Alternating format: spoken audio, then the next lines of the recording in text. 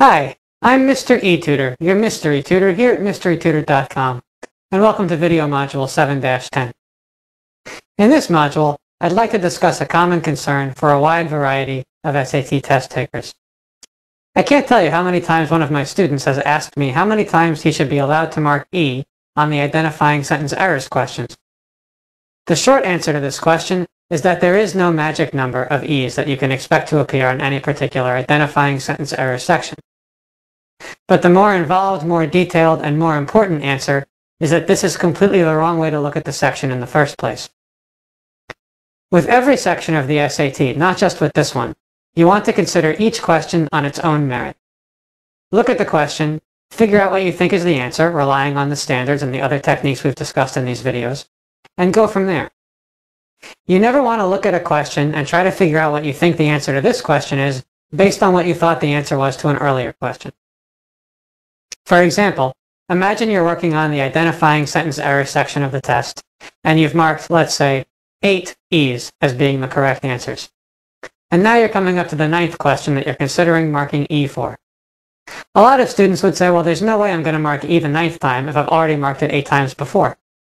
And while it probably is true that there won't be 9 E's that are all correct on an identifying sentence error section, the issue is not whether all of the other 8 E's were correct. The issue is whether the 9th E is going to be correct when you consider marking it. In other words, for all you know, all of the other 8 E's were wrong, and the one that you're looking at right now actually should be marked E. If you allow your earlier mistakes to influence your current decisions, you're likely to just keep making more mistakes. So don't think about how many E's you've marked, or how many A's, or how many C's, or how many whatever. That has no bearing on what you should do on any particular question. Treat each question as its own thing, totally separate from every other question. Look at each question with an open mind, and try to attack it in the ways we've been describing in these videos, like an intelligent, well-trained test taker. When you've done that, pick the answer that you think is correct, and don't worry how many other times you've marked the same answer. Answer each question as well as you possibly can. That's all you can do. So don't count E's. The whole mentality of counting E's is exactly the wrong way to think about the test. Instead of counting E's, make sure that every time you mark E, you mean it. And if you end up marking it twice, great. If you mark it 12 times, great.